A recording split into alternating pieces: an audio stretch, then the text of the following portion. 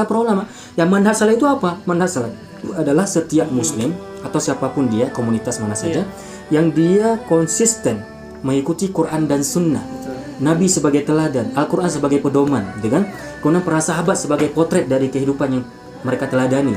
Jadi itulah salaf, manhaj salaf, yang mengikuti Quran dan Sunnah atas pemahaman Rasul, para sahabat dan para generasi terbaik tabi' dan tabi'ut tabi'in. Itu manhaj salaf. Kemudian kita mengatakan pada saudara kita, mereka bukan manhaj salaf.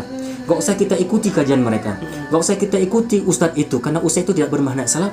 Ini Ustadz Fajar, kalau kita lihat lebih dalam, maka dia telah mengkafirkan itu ustadz. Dia telah mengkafirkan itu golongan, karena bukan manhaj salaf. Dengan dia mengatakan mereka bukan manhaj salaf, berarti berani mengatakan mereka sudah tidak lagi pakai Quran dan Sunnah.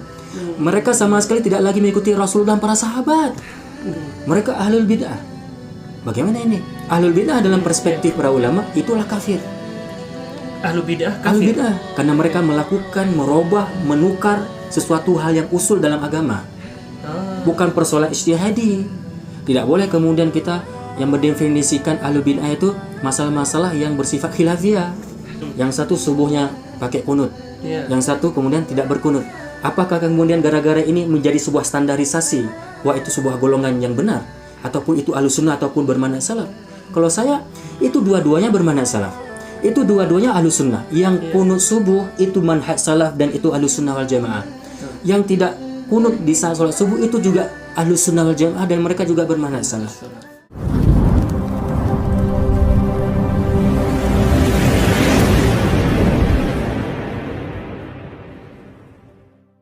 Assalamualaikum warahmatullahi wabarakatuh. Waalaikumsalam. Para pemirsa semuanya yang dirahmati Allah, semoga dalam keadaan sehat walafiat dimanapun Anda berada. Alhamdulillah, ini kembali bersama kami dalam bincang-bincang seputar Islam. Dan alhamdulillah kita juga telah hadir kembali bersama Ustadz kita, narasumber kita yang terhormat Ustadz Sayyidi Ambia. Assalamualaikum Ustadz. Waalaikumsalam. Alhamdulillah. Masya Allah Ustadz, pembahasan kemarin itu luar biasa menarik Ustaz. Iya. Dan bagi teman-teman para pemirsa yang ingin menyimak, nanti bisa melihat kembali dan menonton tayangan pertama, yang part pertama tentang ukhuwah Islamiyah di YouTube kami. Baik Ustaz, ini kan bincang-bincang masalah ukhuwah Islamiyah kemarin Ustaz. Iya. Sebenarnya apa sih Ustaz yang menyebabkan dasar penyebab terjadinya perselisihan di dalam tubuh kaum muslimin itu sendiri? Yang sampai hari ini Ustaz, kalau kita lihat bahkan kaum muslimin sampai bermusuhan sesama mereka. Iya, betul. Terima kasih. Assalamualaikum warahmatullahi wabarakatuh. Assalamualaikum. Alhamdulillah rabbil alamin, wassalatu wassalamu ala sayyidil anbiya'i wal mursalin, nabiyyina Muhammad sallallahu alaihi wasallam wa man tabi'ahu bi ihsan ila yaumiddin. Akhina wa akhuna al-Fajar yang dirahmati oleh Allah Subhanahu wa taala, dan juga para pendengar YouTube Sayyidi Ambia yang semoga dirahmati oleh Allah Subhanahu wa taala. Ya, jadi menarik sebenarnya kalau kita memang membahas tentang ukhuwah Islamiyah ini. Topik ini adalah topik yang selalu memang harus selalu dibahas. Di kondisi kaum muslimin hari ini yang memang sedang tidak baik-baik saja. Iya, rumah tangga kaum muslimin di tengah-tengah kehidupan ini bisa dibahasakan tidak dalam keadaan harmonis. Betul. Makanya kami memang memesankan kepada kita semuanya, setiap para dai, para duat, para khatib, para khutbah kalau bisa memang pembahasan tentang ukhuwah Islamiyah ini harus menjadi topik yang selalu tersampaikan. Iya, topik utama. Topik utama, karena memang seperti yang pernah kami sampaikan dalam edisi sebelumnya, bahwa ketika memang rumah tangga, sebuah rumah tangga itu tidak harmonis antara sesama orang tua gitu kan. Benar. Dalam hal ini berarti dalam dunia dakwah antara para asatidzah, para duat gitu kan. Kemudian dengan kaum muslimin yang hari ini juga tidak dalam keadaan baik-baik saja. Banyak penyakit yang bermunculan, penyakit syubhat, penyakit syahwat. Dan ini butuh penanganan gitu. Butuh solusi terhadap persoalan ini. Maka dari itu topik-topik seperti ini adalah topik-topik yang kalau memang para khutbah kalau bisa menjadikan topik yang selalu harus disampaikan. Karena kalau memang ukhuwah Islamiyah ini tidak terwujud Ustaz Al-Fajar, kalau dari awal memang kita sudah tidak baikan, dalam keadaan terjadi perselisihan selalu dan pertengkaran dan perpecahan, maka akan sangat sulit nanti kita memberi solusi-solusi terhadap PR-PR keumatan itu sendiri. Kita akan sangat sulit melangkah lebih berkembang ke depan, lebih jauh ke depan. Makanya memang ada banyak faktor Ustaz Al-Fajar. Kalau kita memang bertanya tentang apa sih faktor yang mendasar yang menyebabkan hari ini terjadi perselisihan. Dan satu hal yang tidak kita inginkan dengan perselisihan tersebut memunculkan perpecahan, permusuhan gitu ya. Sampai pemutusan silaturahmi. Nah, ini adalah banyak hal Ustaz Al-Fajar. Mungkin sehemat kami kalau kita mau menjadikan ini bahan renungan, itu di antara hal yang menjadi hal yang mendasar itu adalah ketika kaum muslimin hari ini jauh dari ilmu. Jauh Jauh berarti bahasa jauh ya lawannya dekat. Nah, hari ini tidak dekat. Tidak dekat dalam artian jauh sangat kaum muslimin hari ini dari ilmu Al-Qur'an was sunnah. Dari apa kata Allah, dari apa kata Rasulullah. Jadi ketika kaum muslimin sudah mulai meninggalkan majelis-majelis ilmu, kalau sudah mulai meninggalkan diskusi-diskusi keislaman, ketika kaum muslimin hari ini sudah tidak mulai doyan dan hatinya itu sudah tidak tertarik dengan mempelajari Islam itu sendiri, maka muncullah nanti kaum muslimin itu sendiri yang awam terhadap Islam. Jadi orang-orang awam terhadap perkara Islam ini yang nanti yang menjadikan yang melakukan masalah-masalah dalam kehidupan. Benar. Maka dari itu kalau kita lihat Al-Qur'an juga memberi informasi kepada kita. Kenapa hari ini banyak orang yang bertengkar? Terjadi pertikaian tadi, perpecahan karena banyak orang-orang yang tidak berilmu ikut berbicara tentang agama. Iya, atau bahkan orang mulai ikut-ikutan. Tanpa ada dasar ilmu. Jadi agama ini hanya bermodalkan taklid buta. Taklidul a'ma. Jadi taklid tidak berdasarkan dengan ilmu. Asal ikut aja. Nah, ini yang terjadi hari ini.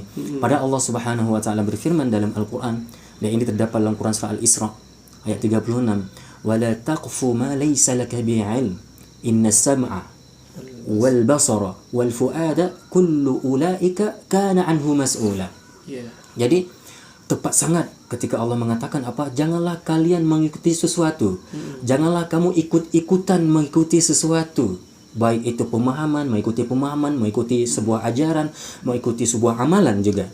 Kalau kamu tidak berilmu tentang itu. Wala taqfu ma laysa laka bihi ilm. Jangan kamu ikut-ikutan. Jangan coba kamu yang ngikut-ngikut sesuatu kalau kamu tidak berilmu dulu. Karena apa? Sesungguhnya nanti innas sam'a. Sesungguhnya dari apa yang kamu dengar, betul. Wal basara, apa yang kamu saksikan, apa yang kamu baca. Kan dari mata ini bisa dari bacaan, apa yang kamu lihat, apa yang kamu saksikan. Wal fuada, dan juga apa yang kamu pahami, hati ini untuk memahami sesuatu. Jadi apa yang kamu dengar, apa yang kamu saksikan, apa yang kamu pahami dari sesuatu itu, kalau tidak dasarkan ilmu, nanti semua ini akan dimintai pertanggungjawaban. Iya, pendengaran kita, penglihatan kita, apa yang kita pahami dari hati ini, kalau itu benar dan salah, semua akan dimintai pertanggungjawaban. Soal Al-Fajar. Dari ayat ini maka kita harus cukup berhati-hati kemudian. Harus cukup berhati-hati. Yang dalam hal ini berarti isyaratnya dari Allah apa? Berilmu dulu. Maka dari ini Ustaz Al-Fajar mungkin kalau kita kembali kepada kitab Sahih Al-Bukhari, Imam Al-Bukhari dalam bab ilmu itu sampai menulis satu bab al-ilmu qabla al-qawli wal amal. Ilmu sebelum berkata-kata, qabla al-qawl wal amal, sebelum berkata-kata dan sebelum berbuat. Jadi sebelum kita nyampaikan sesuatu gitu, sebelum kita menyampaikan tentang sesuatu hal, maka hendaknya kita berilmu dulu supaya apa yang kita sampaikan itu benar, berdalil, tidak asal-asal gitu. Tidak menurut nafsu kita. Jadi al-ilmu qabla al-qawli wal amal, dan sebelum kita melakukan sebuah amalan, coba teliti dulu amalan itu sudah benar belum sesuai dengan apa yang diperintahkan oleh syariat. Oke, sesuai dengan perintah syariat, tapi cara melakukannya itu sudah sesuai belum dengan sunnah Rasulullah. Ini juga sangat penting. Dari situ nanti pentingnya ilmu itu. Maka ketika ilmu tidak lagi dimiliki oleh kaum muslimin, dan tidak akan pernah mungkin Ustaz Al-Fajar kita memiliki ilmu kalau kita tidak mau bermajelis dengan dalam ilmu itu sendiri. Maka akan terjadi nanti debat-debat kusir. Akan terjadi nanti percakapan-percakapan, dialog dan debat yang tidak berdalil. Dan ini yang terjadi hari ini, makin banyak debat, makin banyak pertengkaran, makin banyak permusuhan, makin banyak kelirunya. Kenapa? Toh berkata, berdebat, berbuat tanpa ilmu. Tanpa ada ilmu. Maka dari itu Allah Subhanahu wa taala berfirman dalam Quran surah Al-Hajj. Di situ nanti kaum muslimin semua boleh kita buka kembali, yaitu surah Al-Hajj, surat ke-22 dalam Al-Qur'an. Di mana dalam surah Al-Hajj ayat ke-8 Allah berfirman, wa minan nasi may yujadilu fillahi bighairi ilm wala huda wala kitabim munir. Iya. Apa kata Allah? Ya, menginformasikan kepada kita akan ada sebahagian manusia, ya, akan ada sebahagian manusia yang mereka itu berdebat tentang Allah. Yujadilu fillah, berdebat tentang Allah apa? Tentang agama Islam, tentang Al-Qur'an, tentang sunnah, tentang apapun yang berhubungan dengan Allah, dengan Rasulullah, dan apapun yang berhubungan dengan Islam, bighairi ilmin wala hudan wala kitabim munir, tanpa ilmu, bighairi ilmin wala huda, tanpa ada petunjuk, ya, dan juga tidak ada kitab yang jelas. Jadi bagaimana hari ini coba kalau kita saksikan di mana-mana, di warung kopi, ya, di kampus mungkin juga, ya. Bahkan sampai di lembaga-lembaga ilmu, di lembaga pendidikan, bahkan banyak hari ini terjadi debat-debat, diskusi-diskusi yang tidak berilmu. Nampak kayak nggak berpendidikan, kayak orang yang tidak lahir dari orang-orang berpendidikan. Kenapa? Debatnya debat asal terus, apa yang keluar dari kepala, apa yang keluar dari nafsunya, sehingga apa yang salah jadi benar, yang benar jadi salah. Orang salah nanti jadi benar, orang benar malah jadi disalahkan. Ini efeknya. Kenapa? Orang suka diskusi, orang suka debat, tapi bighairi ilmin, tanpa ilmu. Kemudian tanpa huda, tanpa petunjuk, wala kitabim munir, dan tidak ada kitab yang jelas. Ya, coba kita bayangkan, saudaraku yang dirahmati Allah Subhanahu wa taala, kalau kita ingin berdiskusi tentang suatu hal, ilmu nggak ada nih. Petunjuk nggak ada. Dari mana petunjuk? Quran nggak pakai Quran, nggak pakai hadis, karena petunjuk Islam kan Quran dan Sunnah. Kemudian juga tidak ada kitab yang jelas. Ya, nggak ada kitab yang jelas. Kira-kira apa yang terjadi dari diskusi tersebut? Kira-kira apa yang tersimpulkan hasil dari perbincangan tersebut? Kecuali kesalahan, kekeliruan. Ya, ini yang terjadi hari ini. Maka saudaraku yang dirahmati Allah Subhanahu wa taala, yang lebih fatal lagi, ketika kita jauh dari ilmu, ketika kita jauh dari pelajaran dan pengajaran Al-Quran wa Sunnah, maka syaitan akan menguasai orang itu. Ya, jadi orang-orang itu akan dikuasai oleh syaitan. Istahwadha alaihimus syaitan fa ansahum dzikrallah. Orang-orang kalau sudah dipeluk, dikuasai oleh syaitan, orang dipeluk coba, nggak bisa ngapa-ngapain kalau dipeluk oleh syaitan, sehingga dia lupa dengan Allah, lupa dari zikir pada Allah, lupa dari belajar tentang Allah, lupa dari mengamalkan sesuatu apa yang Allah perintahkan. Dan ini yang hari ini terjadi. Maka dari itu, saudaraku yang dirahmati Allah Subhanahu wa taala, ketika kita jauh dari ilmu, maka kita akan sangat dekat dengan syaitan. Kalau kita sudah dekat dengan syaitan, syaitan akan sangat mudah kemudian untuk menyesatkan kita. Berarti gurunya syaitan. Nah, makanya apa kata Allah Al-Fajr? Mungkin kita kaum muslimin boleh kita kembali juga buka dalam Al-Quran surah Az-Zukhruf ayat 36. Ayat 36. Ya, ayat 36 Allah Subhanahu wa taala berfirman, "Wa may ya'shu an dzikrir rahman nuqayyid lahu syaitana fahuwa lahu qarin." Jadi siapa saja yang berpaling dari pengajaran Al-Quran, nah, barang siapa yang jauh dari belajar Al-Quran, karena itu adalah sumber dari hidayah, sumber dari petunjuk. Dzalikal kitabu la raiba fihi hudal lil muttaqin. Kitab Al-Quran itu tidak ada keraguan di dalamnya, dan petunjuk bagi kita untuk orang bertakwa. Petunjuk dalam segala hal. Petunjuk dalam menjalani kehidupan dunia dan akhirat. Jadi ketika kita jauh dari Al-Quran, wa may ya'shu an dzikrir rahman nuqayyid lahu syaitana, maka dia akan dijadikan mudah disesatkan oleh syaitan. Fahuwa lahu qarin, dan kalau udah jadi orang sesat dalam artian tidak memakai petunjuk Quran wa Sunnah, ya, maka dia akan menjadi kawan karib, kawan dekat syaitan. Sahabat. Nah, kalau orang udah kesetanan, ya ini, kalau udah orang menjadi dikuasai oleh syaitan, ya, syaitan jin dan syaitan manusia berkumpul ini, maka yang terjadi apa? Terjadilah banyak perpecahan, karena syaitan menginginkan perpecahan. Nah, ini yang juga kami sampaikan di edisi sebelumnya, bahwa syaitan sangat bergembira kepada kaum muslimin dengan melihat hari ini pertikaian di mana-mana, perpecahan di mana-mana, dan syaitan cukup cerdas dalam hal ini. Itu akibat Ustaz Al-Fajr. Itu buah perpecahan, pertikaian, pertengkaran, bunuh-membunuh, tahzir mentahzir, jauh menjauh, ya, satu sama yang lain, sesama muslim. Itulah semua buah dari masalah kita hari ini, jauh dari ilmu, jauh dari ilmu. Maka kalau sudah jauh dari ilmu, jadilah nanti kita pribadi-pribadi yang bodoh. Kalau udah bodoh, syaitan sangat mudah kemudian menyesatkan kita. Nggak perlu capek-capek lagi, cukup dengan memanfaatkan kebodohan pada seorang muslim tersebut, akan lahirlah banyak-banyak hal yang bodoh, pikiran-pikiran bodoh, sikap-sikap bodoh. Ya, ini saudara yang dirahmati Allah Subhanahu wa taala.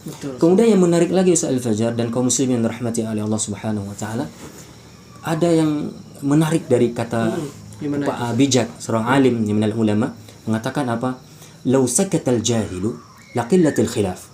Benar. Ya, seandainya itu orang awam, orang yang dia bodoh terhadap urusan ilmu ini, terhadap agama ini, diam saja. Diam saja. Ini udah bodoh, banyak ngomong. Hetong Itu kosong yang nyaring bunyinya. Itu yang jadi masalah. Ini yang jadi masalah. Jadi seandainya orang awam itu merasa diri awam, sadar terhadap keawamannya, dan dia merasa diri memang bodoh, belum tahu, belum punya pengetahuan terhadap sesuatu hal, diam saja. Lau sakatal jahilu laqillatil khilaf. Sungguh akan terjadi sedikit perpecahan, pertikaian, pertengkaran, perselisihan akan sedikit terjadi. Kenapa? Karena orang bodoh diam aja. Kalau belum berilmu nggak usah ngomong aja gitu, lebih bagus, lebih selamat, gitu kan? Maka kata Ali bin Abi Thalib radhiyallahu anhu, diam sampai kamu dipersilahkan untuk berbicara lebih bagus daripada kamu terus-terusan berbicara sampai kamu disuruh diam, diperintahkan untuk diam. Ya ini. Kemudian ada satu kalimat yang bijak yang juga mudah-mudahan nanti bisa kita ambil pelajaran dari salah seorang alim minal ulama, yaitu man kathra ilmuhu qalla inkaruhu. Jadi man kathra ilmuhu, siapa yang sudah mulai banyak ilmu pengetahuannya, sudah tahu agama, dia paham ayat, dia paham hadis, dia mengerti memahami ayat tersebut, memahami hadis tersebut melalui para ulama-ulama yang mu'tabar dan mu'tamad.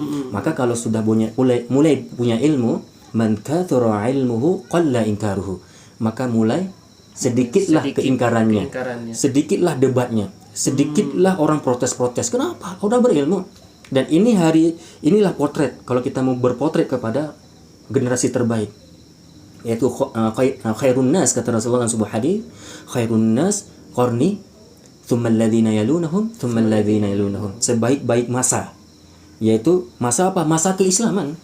Sebaik masa apa? Manusia. Sebaik-baik generasi. Siapa mereka? Yang hidup di masaku, setelahku dan setelahku. Dan apa di antara kebaikan mereka? Tidak banyak terjadi pertengkaran, pertikaian dalam perkara agama. Kenapa? Semua mereka adalah didikan Nabi, tarbiyah Rasulullah. Mereka berilmu, para sahabat semuanya mau profesi apa sajalah, mau negarawan, bahkan sampai yang berjualan di pasar, bahkan mereka adalah budak-budak biasa pun, mereka aman-aman saja kok. Dan itu terbukti dalam sejarah. Betul. Kenapa? Mereka semua telah dibekali oleh Rasulullah ilmu, dan ilmu ini sangat kokoh, langsung ilmu wahyu. Mereka terdidik dengan tarbiyah Qur'aniyah, tarbiyah nabawiyah. Inilah hari ini, maka kaum muslimin kita bisa memesankan kepada siapapun, ayo kita berpotret kepada mereka. Lan tasluha hadhil ummah illa bima saluha bihi awwaluha. Seperti apa yang dikatakan oleh Imam Malik rahimahullah, tidak akan pernah baik umat ini.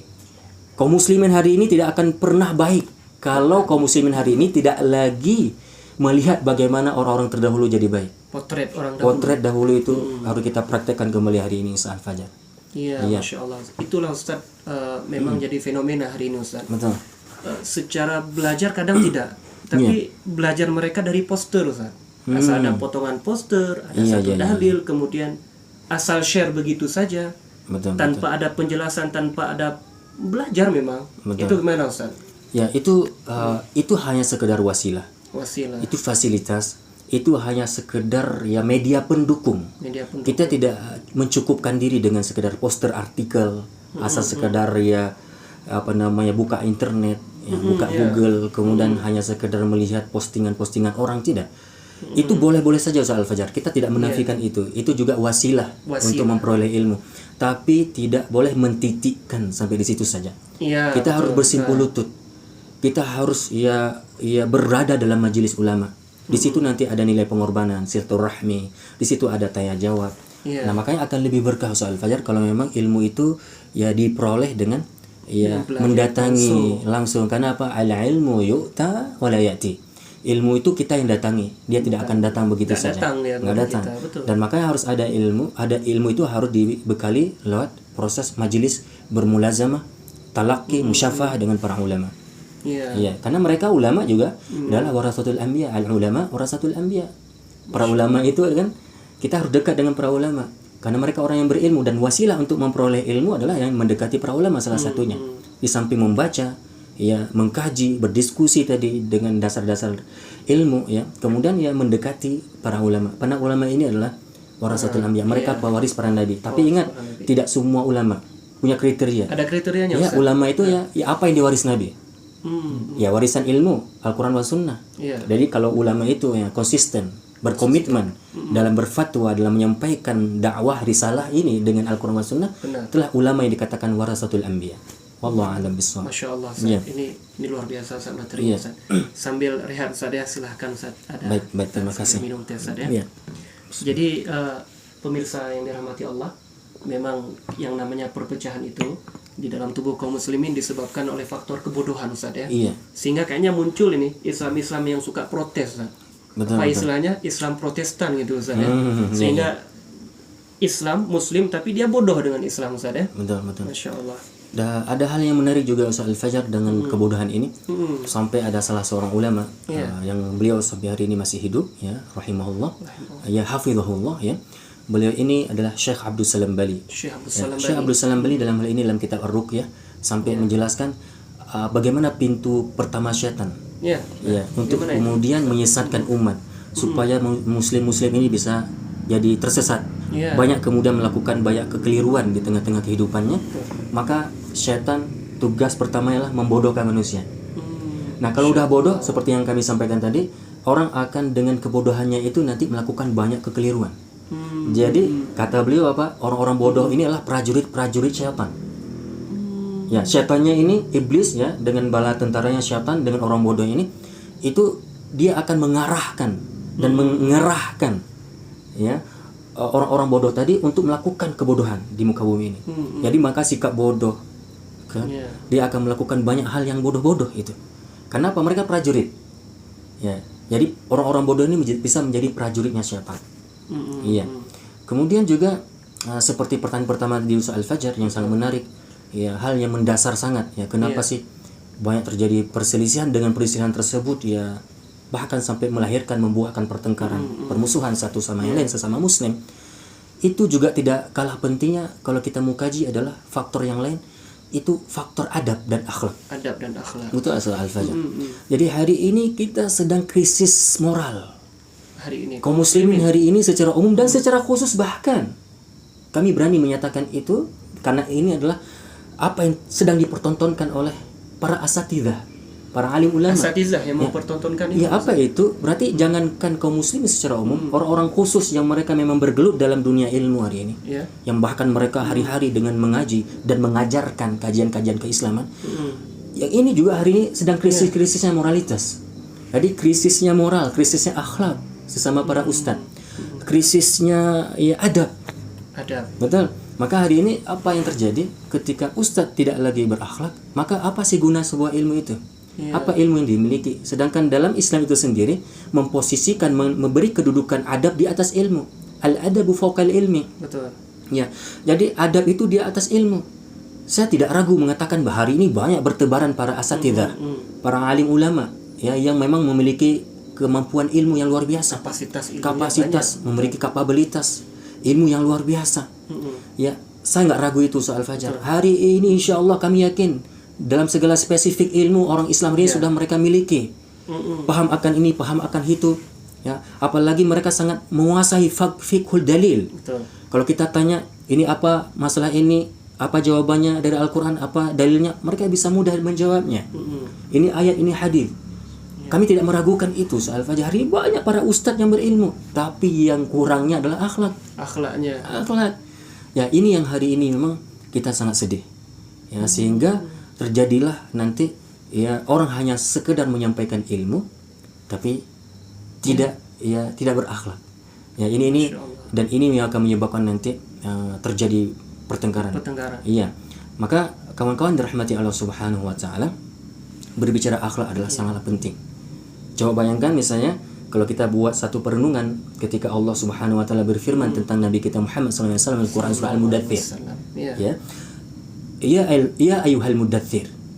Qum fa'anzir wa rabbaka fakabbir wa thiyabaka fatahhir. Ayat yang sangat indah. Wahyu yang sangat luar biasa. Betul. Ya, di mana ketika Allah mengatakan ya Muhammad, qum fa'anzir. Ya ayyuhal mudaththir, qum fa'anzir. Wahai orang yang berselimut, qum, bangun, fa'anzir, berikan peringatan terhadap umat. Berdakwalah istilahnya kan. Istilah bahasa lainnya apa? Berdakwalah, tampillah di tengah-tengah umat untuk menyampaikan kebenaran ini. Tapi ingat, biar kamu kokoh, biar kamu diterima, biar kamu nanti nggak cengeng menghadapi cobaan dalam dakwah ini. Warabbaka fakabbir. Bermunajat dulu kepada Allah.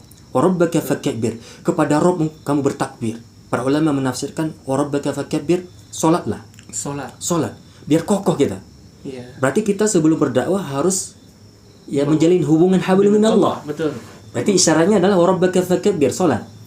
Kemudian wa thiyabaka fatahhir. Dan bajumu kamu cuci. Apa makna baju kita cuci? Apakah kita cuci baju gitu kan?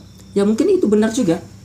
Bahwa Islam memang sangat menjunjung tinggi nilai-nilai nadhafah, kebersihan. Innallaha jamil yuhibbul jamal. Allah itu maha indah dan menyukai keindahan. Benar, memang kita harus bersih. Seorang dai harus penampilan bagus, bersih gitu kan. Namun ada makna yang lain. Para ulama mengatakan wa thiyabaka fatahhir, dan bajumu kamu bersihkan, kamu cuci. Maksudnya apa? Baju inilah kiasan untuk akhlak. Kiasan untuk adab. Kenapa baju dikatakan akhlak? Karena baju itu Ustaz Al-Fajar yang selalu melekat, yang menyertai kita, yang selalu ada di badan kita, keindahan kita, yang menutupi kita dari pandangan orang lain, dari aurat. Kemudian kita akan selalu memakainya. Bahkan di rumah kita pakai baju, dalam keadaan tidur berbaju, bangun tidur nanti bermasyarakat, kita kemana-mana berbaju. Nah, baju di sini ternyata tafsiran akhlak.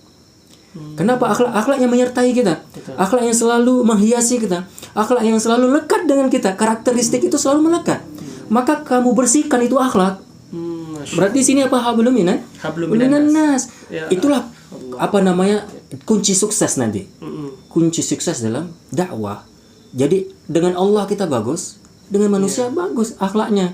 Nah, hari ini kami tidak ragu bahwa hari ini memang orang Islam dan para ustadz sholat nggak tinggal. Dengan Allah bagus. Hablum minallahnya, dia lebih banyak ilmu, hafiz Quran. Semua dalil kalau kita tanya, dia mampu memberi jawaban dari ayatkah, dari Al-Qurankah, dari hadithkah. Dia mampu memberikan pemahaman dari ayat itu yang benar, dari tafsiran para ulama. Dia mungkin cukup mampu untuk menjabarkan itu hadis, dan ini sahih atau tidak sahihnya sebuah hadis. Tapi yang bermasalah hari ini adalah hablum minan nas. Akhlak. Dia tidak bersih bajunya. Dia masih kotor bajunya. Dia masih menampilkan kekotoran bajunya di tengah kaum muslimin. Apa maknanya? Akhlaknya. Nah, ini juga menjadi hal yang sangat asasi dalam hal ini tadi. Kenapa bisa terjadi faktor, kenapa bisa terjadi pertengkaran Ustaz Al-Fajar? Jadi kurang berakhlak. Maka ketika tidak berakhlak, apa yang terjadi? Kerusakan, kekacauan di mana-mana. Mungkin dalam hal ini coba kemarin di edisi pertama kita sempat menyampaikan bahwa innamal mu'minuna ikhwatun, bahwa orang-orang beriman itu bersaudara. Fa aslihu baina akhawaykum. Coba, orang beriman itu disuruh Islam. Tapi kalau kita tidak mengedepankan nilai moralitas, akhlak, orang yang sebelumnya berukhuwah Islamnya jadi berpecah. Gara-gara kita tidak mengedepankan islah. Apa arti islah? Bukan sekedar damai-damai doang dengan lisan dan bersalaman dengan jabatan tangan, tapi ada islah. Islah adalah ada ikhtiar. Kalimat islah ini kalimat aktif, ikhtiar, kemudian untuk saling memperbaiki diri. Nah gitu. Wattaqullah, bertakwalah kepada Allah la'allakum turhamun. Bertakwalah kalian kepada Allah, semoga kalian mendapatkan rahmat. Nah, kemudian di ayat selanjutnya Ustaz Al-Fajar berhubungan dengan materi akhlak tadi. Kenapa sangat penting akhlak dalam dunia dakwah? Kenapa penting akhlak di tengah-tengah kehidupan kaum muslimin, pada setiap pribadi muslim, bahkan apalagi dia seorang ustaz, seorang alim ulama. Makanya di ayat selanjutnya seakan-akan Allah ingin memberi kepada kita isyarat, ingin memberikan kita pelajaran untuk supaya lebih kokoh ayat ke-10 dari surah Al-Hujurat tadi. Innamal mu'minuna ikhwah, bahwa orang-orang beriman itulah bersaudara. Nah, Allah memberi kabar kepada kita, semacam peringatan kepada kita di ayat 11, supaya kalian wahai orang beriman selalu bersaudara. Kokoh persaudaraan kalian. Selalu terawat, terjaga persaudaraan kalian, maka harus ada hal-hal yang harus kita hindari. Nah, itu.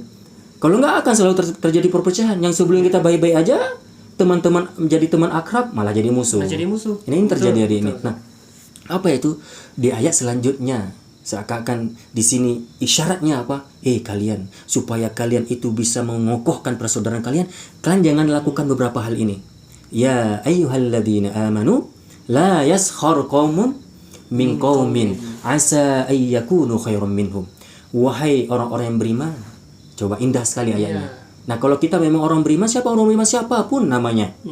Selagi dia adalah orang yang telah beriman dengan rukun iman yang 6, ya, rukun iman yang 6, kemudian dia memiliki dan menjalankan rukun Islam yang 5, itu adalah amanu di sini. Orang beriman. Saudara kita. Ya walladzina amanu panggilannya untuk siapa saja. Untuk apapun lah nama komunitasnya nanti. Apapunlah sukunya nanti. Apalah golongannya nanti. Apalah organisasinya nanti. Apalah nama jamaahnya. Apapun bajunya. Kita semua beriman. Oke? Nah, ya ayyuhalladzina amanu, kalau memang kita beriman, la yaskhar qaumum min qaumin asa ayyakunu khairum minhum. Hai orang-orang yang beriman, janganlah suatu kaum memperolok-olok kaum yang lain. Karena bisa-bisa saja kaum yang kita olok-olok itu, kaum yang kita hina-hina itu, kaum yang kita lecehkan itu, kaum yang kita tuduh yang bukan-bukan itu, ya, mungkin saja di mata Allah mereka liwas. Dalam sudut pandang Islam mungkin mereka lah yang benar daripada kalian yang suka memperolok-olok. Coba, kan ini gara-gara tidak berakhlak. Kan gara-gara kita tidak berakhlak, maka apa yang muncul? Saling olok-mengolokkan, saling ya caci mencaci. Betul, Ustaz. Jadi, apakah kita tidak paham wailul likulli humazatil lumazah? Celaka bagi si pengumpat dan pencela.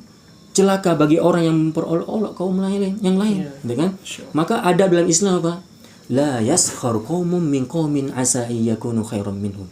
Wala nisa'un min nisa'in asa ayyakunna khairam minhun.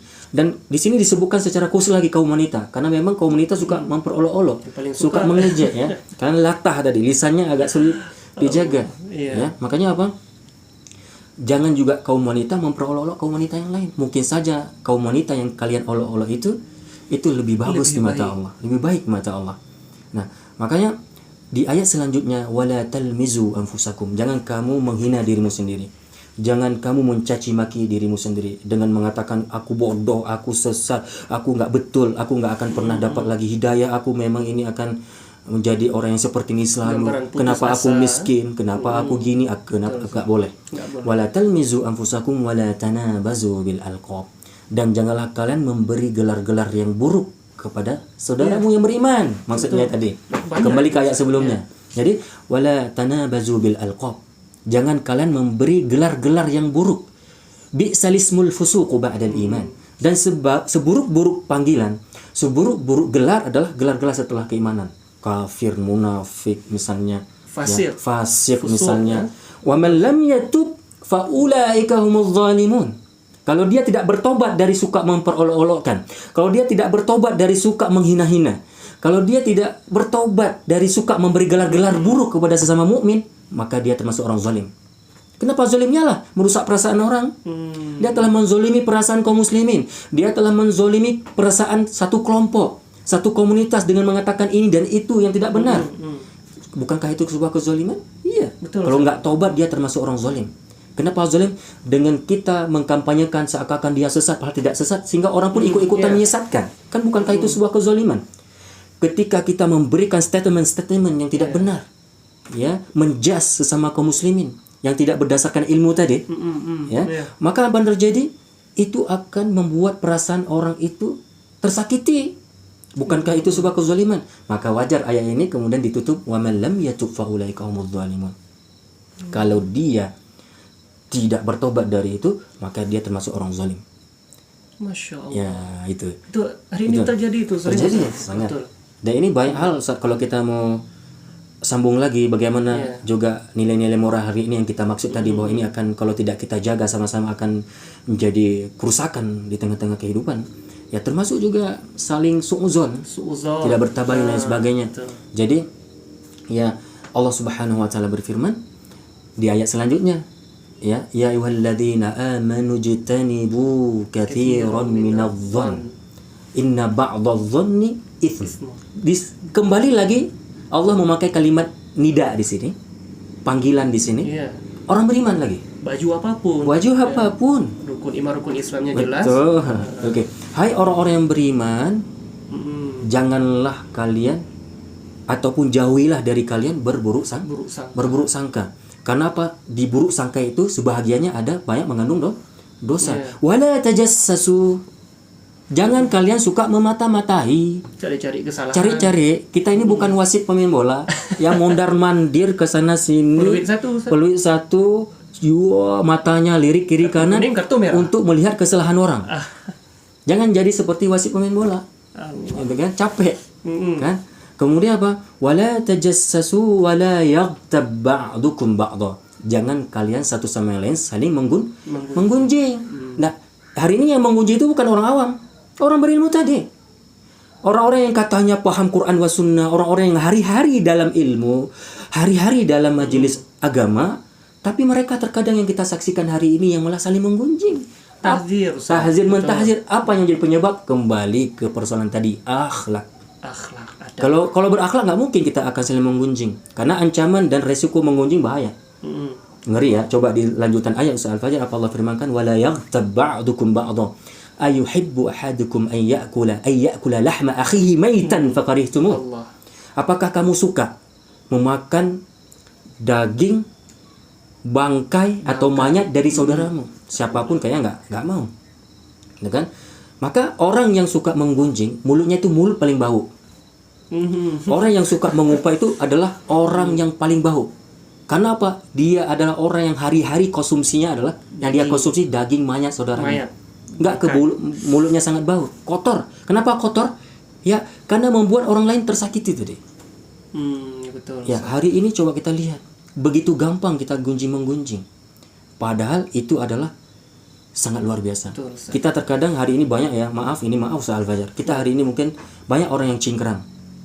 Ya, dia celana yang cingkrang, nggak isbal, tapi lisannya yang kedodoran. Ya Rabbi, terbalik. Lisannya yang isbal. Lisan ini yang keluar nih, keluar. suka ngatain tadi. Lisannya adalah lidah api, suka membakar orang. Dan makanya saya sering Ustaz Al-Fajr dalam kajian juga kepada kita yang mungkin sudah baik, udah mulai baik, jangan sombong gitu. Ya, jangan kemudian kita memandang orang lain itu semua neraka. Semua ini adalah ahlul bid'ah, ini adalah fasik semua. Dan ini neraka, kita yang surga. Itu salah. Gitu kan? Hari ini banyak orang begitu mudah lisan ini ngata-ngatain orang lain. Merasa diri dia yang paling benar tadi. Ana khairum minhu, aku lebih benar. Gitu kan? Aku lebih bagus itu. Nah, sampai kita terkadang udah merasa baik dan memandang orang lain semua salah. Dan saya sering juga menasihati para akhwat. Betul. Yang mungkin secara penampilan mereka sudah bagus, jilbaber dan berhijab, bercadar, lebih syar'i. Bukan kemudian kita memandang orang lain langsung semuanya neraka, asal nggak cadaran langsung neraka. Kita yang cadar seakan-akan udah surga. Ya, maka saya memesankan apa? Ayo kita bagus, cadar itu bagus, sunnah. Ya, tapi bukan berarti kalau nggak cadar langsung kita bilang itulah neraka dan itulah buka aurat.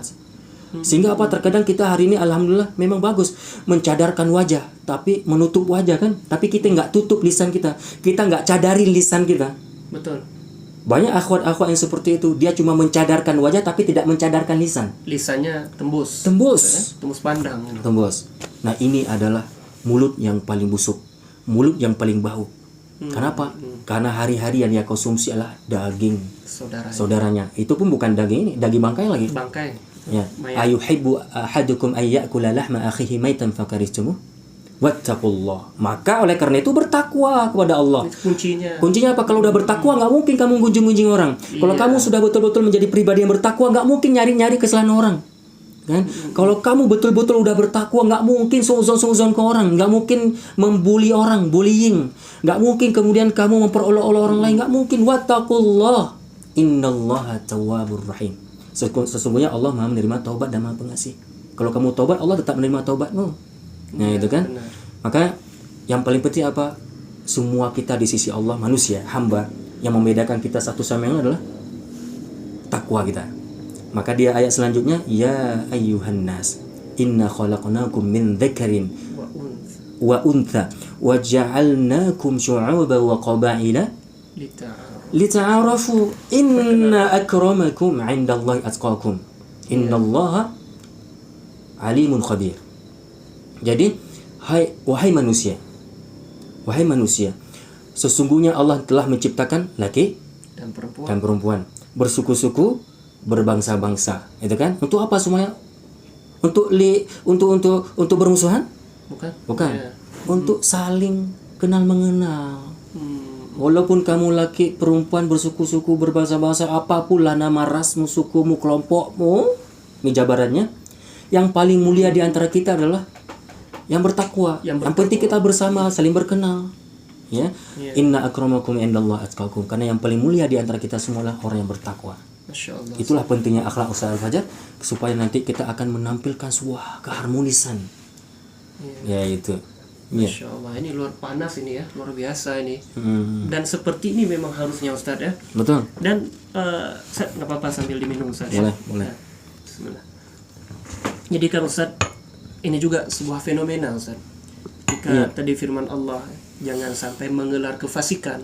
Nah hari ini orang banyak yang mengklaim dirinya benar, kemudian mudah sekali mengatakan kepada lawan bicara atau yang berseberangan dengan kelompoknya dengan ahli bid'ah lah, ahli syubhat lah kadang juga.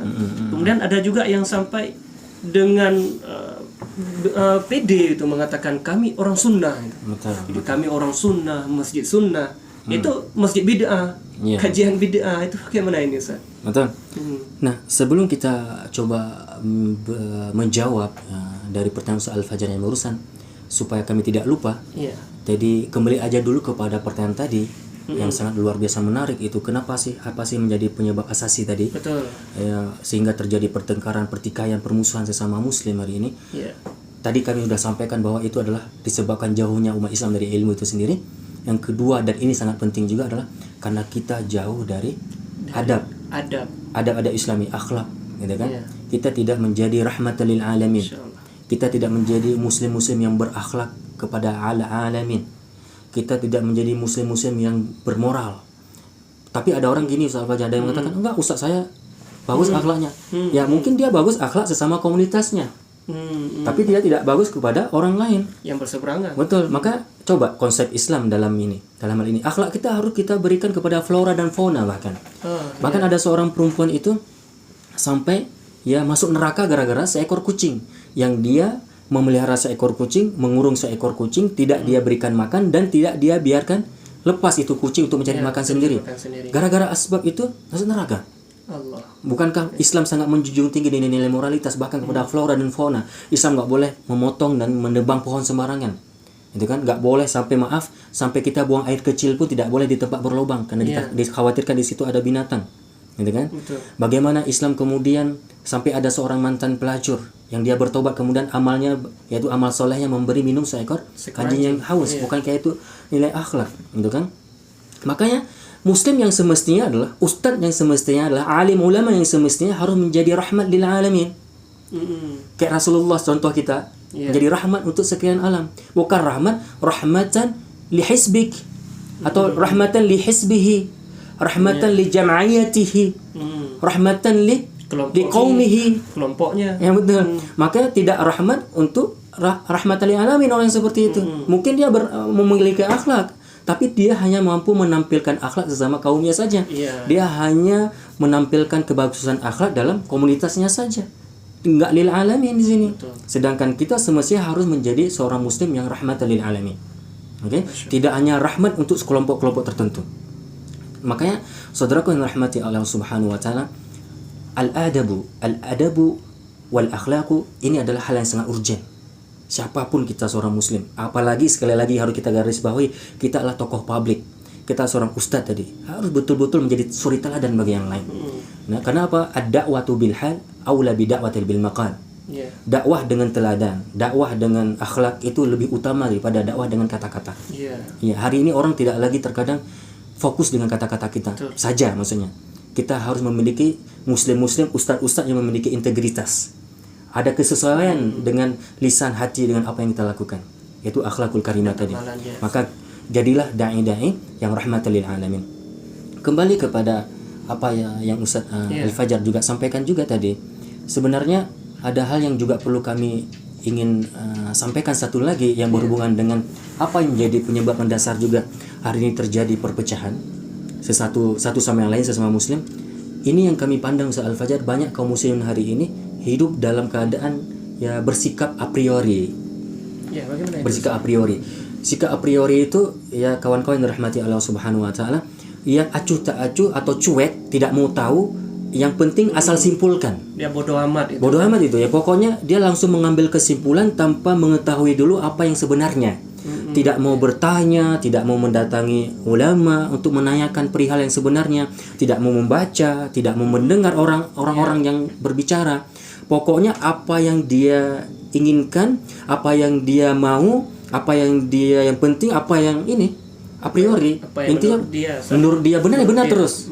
Tidak mau kemudian cross check. Misalnya ini terjadi dalam hal menerima sebuah informasi. Iya. Datang sebuah informasi, ini kan nggak betul Ustadz tuh. Itu Ustadz itu kan udah jauh dari Islam. Ustadz itu sesat. Ini kan orang kelompok sana itu kelompok yang tidak sunnah. Mereka ahlul bid'ah, mereka adalah ahlul hawa. Nah kemudian Ustadz itu kan dia adalah berpaham ABC lah. Kan dia pokoknya nggak betul tuh pemahamannya. Nah, hati-hati dengan Ustadz tuh. Nanti anak kita nanti dicuci otaknya. Ya Allah. Kalau saya Ustaz aja kalau istilah cuci otak kan benar, bagus. Dibersihin. Ustaz. Anak kita dibawa ke seorang ustadz, anaknya dibawa ke seorang ustadz, kemudian dicuci otak. Kan bagus. Karena berarti anaknya kotor otaknya. Atau otaknya ada syubhat, otaknya ada syahwat, mungkin kan? Ada banyak pikiran-pikiran sesat. Kemudian datang kepada seorang ustadz dicuci otak kan bagus daripada dikotori. Iya, dibersihkan. Ini kan aneh orang hari ini kadang. Maunya dikotori aja gitu, ya. Makanya apa? Kembali ke tadi, ketika ada tuduh menuduh, ya ada yang menyampaikan informasi. Ya banyak hari ini kaum muslimin pun kalau sudah pertama udah nggak ada ilmu tadi, kemudian yang kedua adalah tidak beradab, tidak berakhlak, kemudian sudah mulai muncul dari itu semuanya adalah karena tidak berilmu dan tidak berakhlak, muncullah sikap-sikap a priori. Tidak mau tahu, yang penting asal simpulkan terus. Nah hari ini yang terjadi ikut-ikutan terus. Nah, padahal konsep Islam dalam hal ini apa? Kembali Allah juga berfirman, Ya ayyuhalladzina amanu in ja'akum fasiqun bin naba'in fatabayyanu. Kan antusibu qauman bijahalatin fatusbihu ala ma fa'altum nadimin. Apa kata Allah Quran surah Al-Hujurat ayat ke-6? Hai orang-orang yang beriman, jikalau datang seorang fasik di sini adalah tidak membawa berita yang benar, yang dia sering menyebarkan hoax.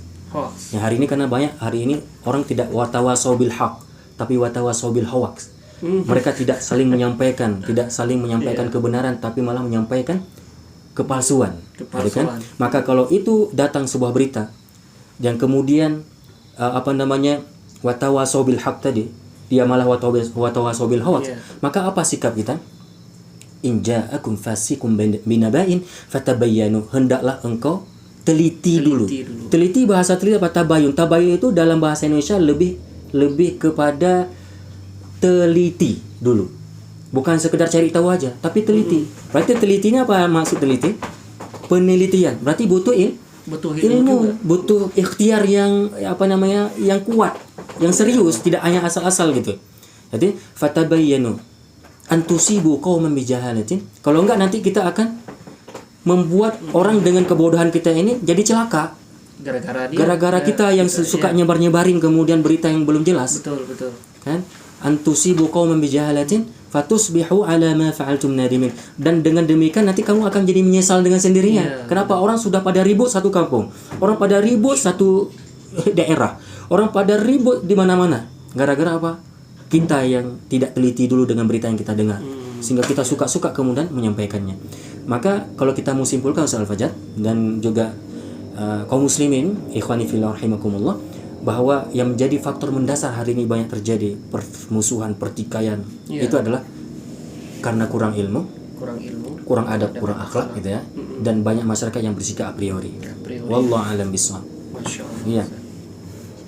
Jadi Ustaz, faktornya banyak Ustaz ya. Termasuk diantaranya suka mengklaim diri paling benar Ustaz ya. Betul, iya. Kalau kita kembali kepada dasar, memang kan perbedaan itu wajar ada Ustaz ya, seperti pembahasan kita kemarin. Tapi bagaimana kita bersikap dengan perbedaan? Jangan sampai nanti ini muncul klaim saya paling benar, dia yang salah berarti. Kan cuma ada dua, benar salah, tidak mungkin tengah-tengah Ustaz. Betul, iya. Jadi mungkin ada hal yang menarik Ustaz Fajar kalau saya memberikan perumpamaan gitu kan, ataupun semacam ilustrasi ataupun bahan pikiran untuk kita semuanya. Saya ingin memberikan satu gambaran berpikir ya. Tapi mohon maaf Ustaz Al-Fajar, boleh saya pinjam, ada nggak semacam pulpen mungkin atau kertas mungkin satu? Kertas ya? Iya. spidol boleh juga, spidol. Spidol ini, Ustaz. Boleh. Iya. Jadi mungkin ini adalah satu gambaran ya, untuk supaya kita bisa kemudian berpikir merenung ya. Iya. Seandainya Ustaz Al-Fajar gini. Ya. Kira-kira bahasa yang tepat apa dari yang ya Ustaz Al-Fajar lihat? Titik hitam. Titik hitam Titik di hitam kertas warna di kertas putih. putih. Oke, Iya. bagus. Tapi coba Ustaz Al-Fajar dan para pendengar dan pemirsa dimanapun berada, coba kita misalnya perhatikan sekarang mana sih kalimat yang lebih bijak, Iya. pernyataan yang lebih bijak antara dua ini Ustaz Al-Fajar. Ada titik hitam di kertas putih, Iya. ya, atau yang kedua di kertas putih ada titik hitam.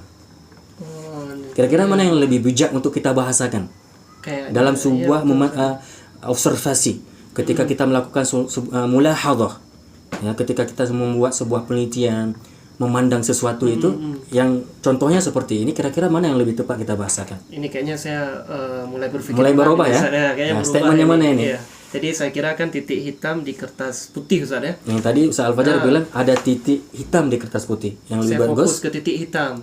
Ya, Sekarang berarti berarti kertas putih betul. ada titik hitam. Bagus, itu Ustaz Al-Fajar yang lebih tepat. Jadi kawan-kawan dirahmati Allah Subhanahu wa taala, yang lebih tepat untuk kita bahasakan apa? Di kertas putih Iya. ada titik hitam. Kenapa? Putihnya lebih besar. Putihnya lebih lebar, lebih nampak, lebih luas. Kenapa kita lihat titik hitam yang kecil? Nah, hari ini adalah pandangan orang sesama muslim, dilihat yang hitam yang kecil tadi, sehingga dia tidak nampak lagi yang putih sama saudaranya itu. Betul, Ustaz. Sehingga yang dilihat cuma yang kecil aja, yang hitam gitu. Sehingga dia fokus dengan yang hitam, kedua yang hitam itu disebarluaskan, dia akan mentahzir gara-gara yang hitam yang kecil tadi, dia akan mengejek, membuli gara-gara titik hitam yang kecil, padahal sesama muslim ataupun pada muslim itu, pada saudara kita itu ada putih yang lebih besar. Masih banyak putihnya. Masih banyak putihnya. Inilah yang terjadi hari ini di saat kita melakukan sebuah penilaian kepada satu kelompok-kelompok yang lain. Iya. Komunitas satu dengan komunitas yang lain, satu orang dengan satu orang yang lain. Kita selalu memandang yang hitamnya. Masya Allah. Padahal mungkin A, B, C, mana yang sempurna? Betul. Saya nggak berani mengatakan 100 sempurna dan ada yang kurang sampai 100 enggak. Pasti ada baik dan buruknya, ada kurang lebihnya. Itulah manusia. Betul. Maka lihat aja dulu yang putih.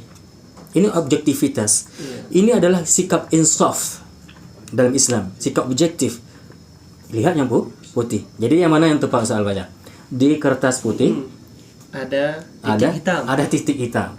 Itu yang lebih tepat. Jangan ada titik hitam di kertas putih. Kenapa yang kecil-kecil sangat seperti ini yang kita lihat dulu. Ini pemirsa nampak kan dari layar Ya gitu. Atau Ustaz Al-Fajar, ya, mungkin biar jadi bahan berpikir juga kita. Ini saya coba tulis. Ya.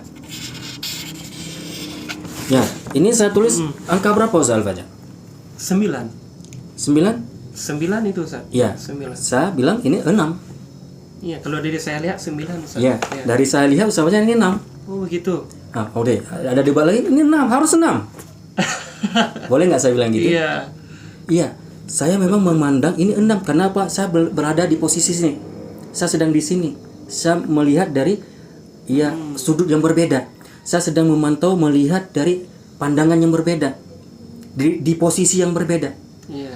Dan saya semestinya harus berbijak di sini. Tidak boleh memaksa antum untuk mengatakan ini 6. Karena antum sedang berada di situ. Posisi yang lain. Ya, ini juga benar kalau antum bilang 9. Antum benar kalau berada di situ. Saya pun benar kalau saya berada di sini. Masya Allah. Inilah sikap bijak menyikapi perbedaan tadi. Terkadang satu sama yang lainnya ada lebih dan kurang dan dua-duanya mungkin benar. Dalil yang sama terkadang, dalil yang sama, ayat yang sama, hadis yang sama, tapi beda kesimpulan itu terjadi. Itulah khilafiyah. Yang kemudian kita tidak boleh bertegang-tegang. Gara-gara beda sudut pandang, beda ijtihad, kemudian kita akan jadikan ini persoalan yang mendasar yang sehingga kita jadikan itu alasan untuk bermusuh. Kita jadikan itu alasan kemudian untuk bertengkar. Berarti kita tidak paham titik hitam tadi. Titik hitam. Dan kertas putih tadi teorinya. Nah, makanya kawan-kawan dirahmati Allah Subhanahu wa taala, bersikap bijaklah. Ya, tidak ada yang sempurna. Iya. Jangan sampai kita merasa diri yang paling benar. Ya. sampai kita mengatakan kelompok kita yang paling Islam, ya kan? Nah, hanya yang mengatakan itu, aku paling benar itu siapa Zal Fajar dalam Al-Quran? Iblis. Kesombongan. Ana khairum minhu khalaqtani min nar wa khalaqtahu min tin. Aku lebih bagus daripada Adam. Nah, merasa lebih bagus itu adalah iblis.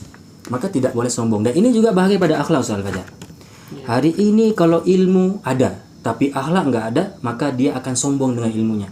Maka kita coba saksikan hari ini begitu banyak orang-orang berilmu tapi sombong. Dan ini sangat bahaya, dan dia tidak akan bisa masuk surga. Di mana Rasulullah bersabda, la yadkhul jannah man kana fi qalbihi mithqala dzarratin minal kibr. Tidak akan pernah masuk surga seseorang yang di hatinya itu ada sebiji dzarrah, sekecil dzarrah kesombongan. Ya kan? Tak akan masuk surga. Singkat hadis, di akhir hadis Rasul mengatakan apa? Al-kibru. Jadi hadis ini Rasulullah mendefinisikan apa itu sombong. Siapa itu orang sombong? Al-kibru batarul haq wa ghamtun nas. Orang sombong adalah orang yang menolak kebenaran dan meremehkan orang, manusia. Karena dia merasa diri berilmu tadi. Nah, maka saya sering menyampaikan kepada kawan-kawan semuanya, kepada para santri, kepada para thalibul ilmi, kepada para asatidzah bahkan, bahwa kita ini kalau punya ilmu dibarengi dengan akhlak, adab. Kalau enggak kita akan jadi orang beringas. Dengan ilmu itu kita akan jadikan alat untuk menyesat-nyesatkan orang. Dengan ilmu itu kita akan menjadi bahkan orang yang nggak sopan. Kita akan jadikan ilmu itu untuk kesombongan.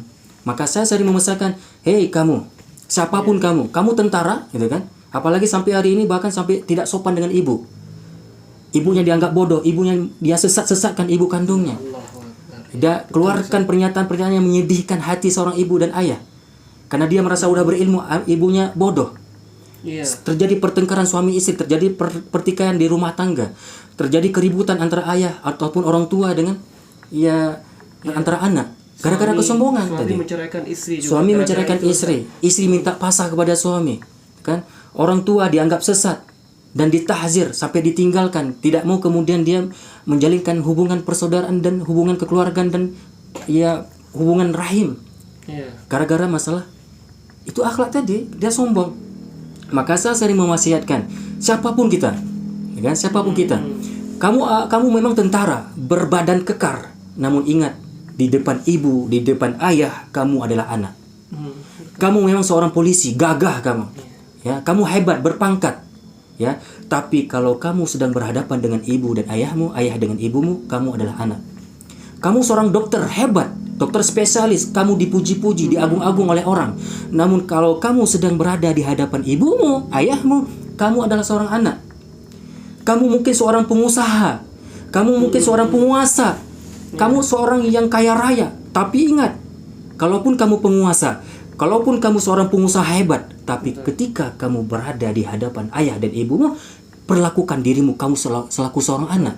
Bahkan Ustaz Al-Fajar, kalau kamu pun seorang ustadz, seorang guru yang mungkin banyak muridmu yang kamu ajarkan, banyak masa, banyak pengikut, banyak jamaah yang mengikuti kajianmu, kamu ustadz hebat, tetapi ingat, kamu ustadz di depan para murid, kamu ustadz di depan para jamaah, di depan ayah dan ibumu, kamu anak. Hari ini karena apa? Aku ustadz, aku udah nuntut ilmu, aku udah paham. Mama nggak paham, maka jangan suka debat, mak. Ikuti aku. Ini ayat, ini hadis. Begitu sombongnya dia. Yang ngajarkan dia bisa bicara ibunya. Coba. Yang membiayai semuanya adalah belajar dia. Orang tua. Kemudian ketika dia udah berilmu, gara-gara tidak memiliki akhlak, inilah beringas.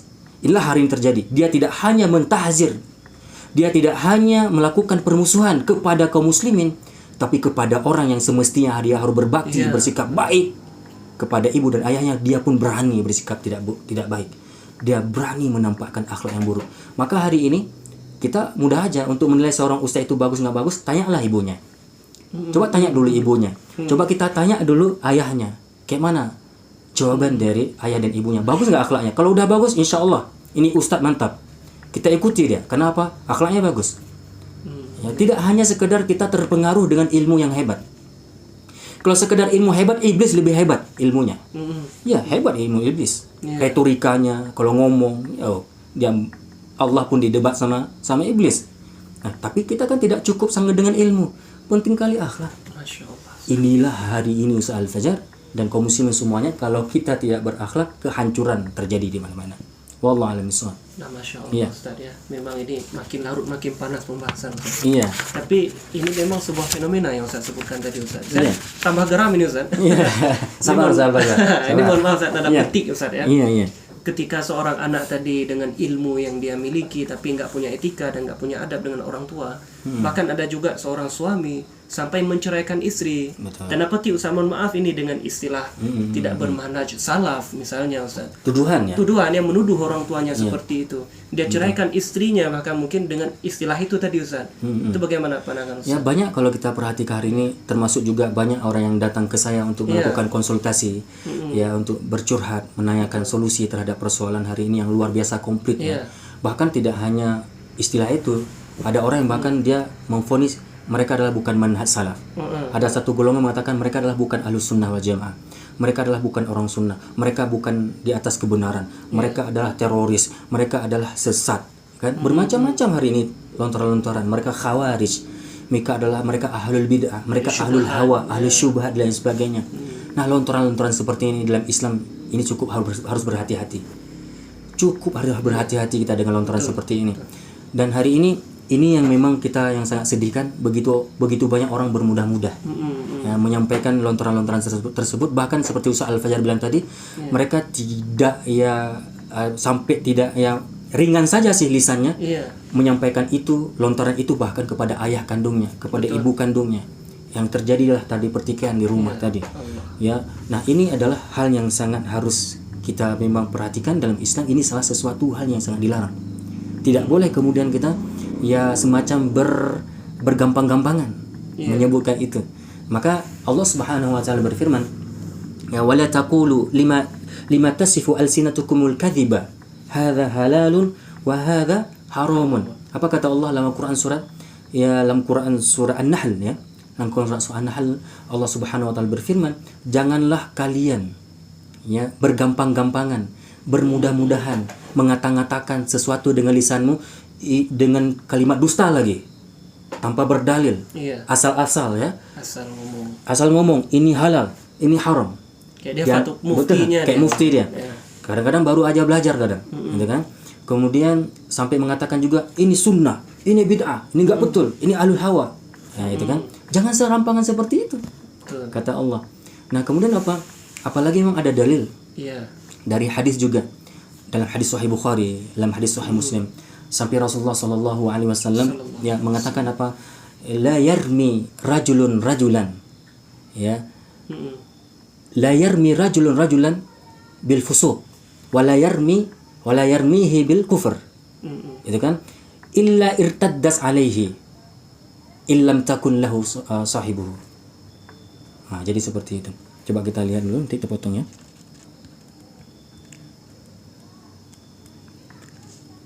Ya.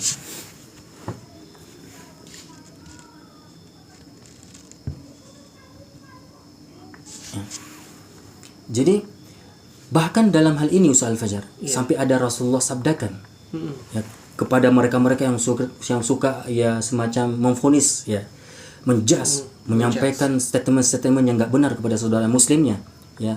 Maka Rasulullah mengatakan la yarmi, hadis ini adalah hadis yang sahih dari Imam Al-Bukhari dari Abu Dzar radhiyallahu anhu, la yarmi rajulun rajulan ya bil fusuq wa la yarmihi bil kufr illa irtaddas alaihi illam yakun li sahibu kadzalik. Jadi janganlah seseorang melontarkan, jangan sampai orang-orang itu sampai menuduh, memvonis, menjas saudaranya yang muslim, saudara yang beriman dengan kefasikan. Ini orang fasik nih. Ini ahlul hawa ini. Betul. Ini ahlul bid'ah ini. Ya kan? Kemudian dan juga jangan kita lontarkan kepada saudara muslim itulah dengan kalimat kamu kafir. Kalau enggak itu akan kembali kepadanya. Illa irtaddas alaihi, kata Rasulullah. Maka kalimat memfasik-fasikkan orang, maka kalimat yang mengkafir-kafirkan orang itu bisa kembali kepada dia kalau memang orang yang dikafirkan, yang difasikkan itu tidak sebenarnya. Tidak seperti yang dia ngomong, yang dia katakan. Nah, juga ayyuhuma rajulin Kan dalam sebuah riwayat, ayyuhuma rajulin qala li akhihi ya kafir. Dalam sebuah riwayat, aduwallah illa hara alaihi. Apa kata Rasul? Kalau ada seseorang yang mengatakan kepada saudaranya, siapapun ya, yang mengatakan kepada saudaranya ya kafir, ataupun wahai adu Allah, wahai musuh Allah, maka kalau itu tidak benar, yang dia sampaikan itu tidak benar, maksudnya apa? Kawan kita nggak kafir, ya. Kemudian yang kita tuduh tadi adu Allah, dia malah kekasih Allah, malah dia adalah pejuang Allah, gitu kan. Kemudian kita katakan ini nggak betul, kamu kafir, kamu musuh Allah, itu akan kembali ke orang yang menyebutkan tadi. Yang mengatakan itu. Iya, akan kembali kepada yang menyatakan tadi, hadis sahih Muslim. Nah, jadi kawan-kawan yang dirahmati Allah, kalau kita lihat dari ayat tadi, nggak boleh kita lisan ini sembarangan. Dalam surat Qaf juga ya. Ma yalfidhu min qawlin illa ladaihi raqibun atid. Tidaklah setiap ucapan yang kita ucapkan melainkan ada raqib dan atid yang siap mencatat. Kemudian kita mencoba untuk mengkafir-kafirkan orang. Yang kenal dengan kaum takfiri hari ini. Dia membid'ah-bid'ahkan sembarangan orang.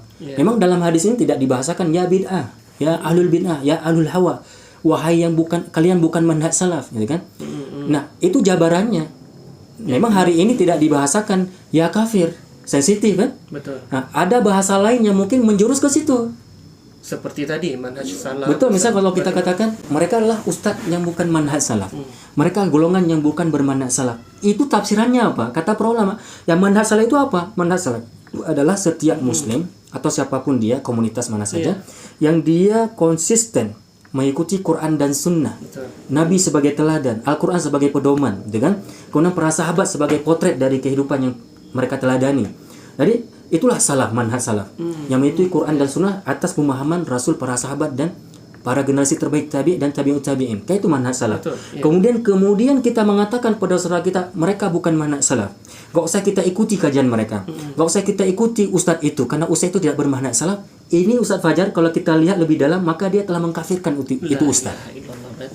Dia telah mengkafirkan itu golongan, karena bukan manhaj salaf. Dengan dia mengatakan mereka bukan manhaj salaf, berarti berani mengatakan mereka sudah tidak lagi pakai Quran dan Sunnah. Mereka sama sekali tidak lagi mengikuti Rasulullah dan para sahabat. Ngeri itu hujahnya itu. Ahlul bid'ah juga. Mereka ahlul bid'ah. Bagaimana ini? Ahlul bid'ah dalam perspektif para ulama itulah kafir.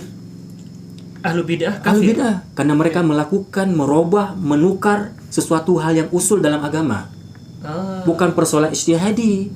Tidak boleh kemudian kita yang mendefinisikan ahlul bid'ah itu masalah-masalah yang bersifat khilafiyah. Gara-gara perbedaan cara sholat. Subuhnya sama-sama 2 rakaat ini. Yang satu subuhnya pakai kunut. Yang satu kemudian tidak berkunut. Apakah kemudian gara-gara ini menjadi sebuah standarisasi bahwa itu sebuah golongan yang benar, ataupun itu ahlus sunnah ataupun bermanhaj salaf? Kalau saya, itu dua-duanya bermanhaj salaf. Itu dua-duanya ahlus sunnah. Yang kunut subuh itu manhaj salaf dan itu ahlus sunnah wal jamaah. Yang tidak kunut di saat sholat subuh itu juga ahlus sunnah wal jamaah dan mereka juga bermanhaj salaf. Bukan itu standarisasi seseorang dikatakan mereka bermanhaj salaf. Bukan di sisi itu kita kasih contoh seseorang kita katakan kemudian dia adalah ahlus sunnah wal jamaah. Bukan gara-gara beda cara sholat kayak gitu. Oh ini misalnya ahlul bid'ah, apa kriteria ahlul bid'ah? Mereka kalau sholat, habis sholatnya berzikir bersama. Itu kemudian kita bahasakan ahlul bid'ah. Bahaya. Nggak ada satupun ulama yang mengatakan itu. Kemudian kalau ada orang yang kebalikan, mungkin sebaliknya, ya mereka itu adalah bukan ahlus sunnah wal jamaah. Kenapa? Habis sholat dia berzikir dengan suara yang besar. Kemudian mereka tidak bermaulid Nabi, mereka tidak tahlilan. Bukan seperti itu standarisasinya, gitu kan? Tidak sesederhana itu memberi sebuah definisi tentang ahlus sunnah wal jamaah yang mana dan manhaj salaf itu yang mana. Kemudian orang yang mengakui dirinya juga bermanhaj salaf kemudian dengan gampang mengatakan mereka bukan manhaj salaf cuma gara-gara gara-gara tahlilan. Tahlilan cuma. Ya, gara-gara sholat tarawih 20 rakaat. Gara-gara mungkin mereka adalah hisbal celananya. Tidak cingkrang. Gara-gara cuma tidak berjenggot kemudian kita katakan ini ahlul bid'ah. Tidak segampang itu saudaraku. Itu masalah ijtihadi, itu masalah khilafiyah. Dalilnya ada, para ulama beda kesimpulan doang. Kenapa kita sampai harus mendefinisikan seseorang bid'ah atau bukan ahlul bid'ah, ataupun ahlus sunnah bukan ahlus sunnah, bermanhaj salaf atau bukan manhaj salaf, gara-gara cuma yang seperti itu? Para ulama tidak ada satupun yang memberi kriteria seperti itu. Semua itu ahlus sunnah wal jamaah. Yang kunut subuh siapa? Imam Asy-Syafi'i. Mazhab Syafi'i dalam hal ini memerintahkan, menyunnahkan itu kunut subuh. Imam Ahmad tidak kunut subuh. Nah, apakah kemudian ini ahlul bidah Imam Syafi'i? Tidak juga. Itu kan? Betul. Ahlus sunnah juga. Ahli sunnah. Ya, Imam Ahmad tidak kunut. Apakah kemudian dengan Imam Ahmad tidak kunut subuh dan pengikutnya tidak kunut subuh kemudian kita katakan ini adalah bukan ahlus sunnah? Tidak juga. Semua mereka ahlus sunnah. Betul. Yang tidak sholatnya itu yang bukan ahlus sunnah. Karena nggak ada satupun ahlus sunnah yang ninggalin sholat. Yang tidak sholat tadi kan? Iya, betul. Nah, maka saudaraku yang dirahmati oleh Allah Subhanahu wa taala, tidak segampang yang kita kita ungkapkan, yang kita lontarkan. Apalagi misal ahlul hawa.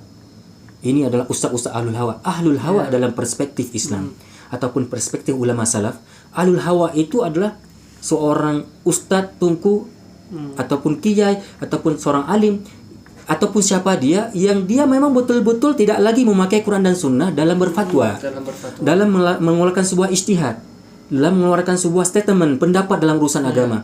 Dia murni memang nafsunya, yang halal dibilang haram, yang haram dibilang halal, yang mana pendapatnya itu kontradiktif dengan wahyu, kontradiktif dengan ayat dan hadis. Inilah yang dikatakan ahlul hawa gitu.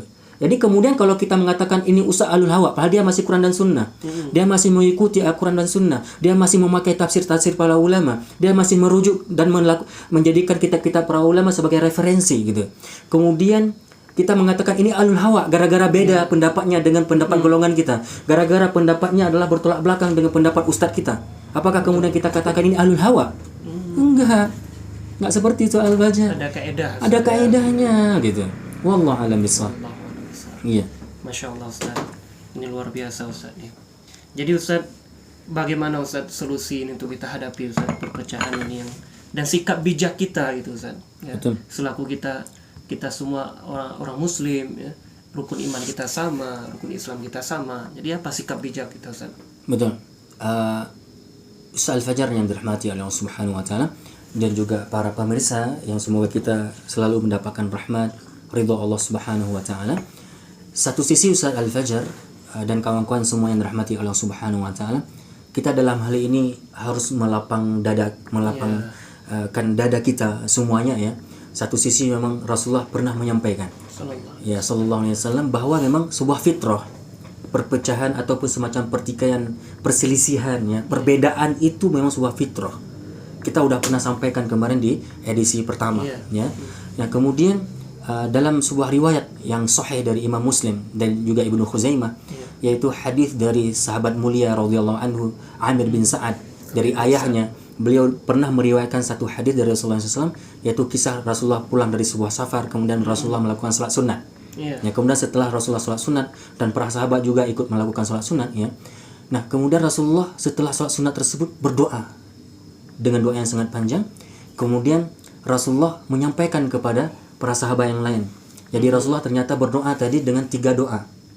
Ya, Rasulullah meminta kepada Allah dalam riwayat tersebut, ya Allah, jangan timpakan umatku ya kematian disebabkan kelaparan. Ya. Kemudian ataupun peceklik ya.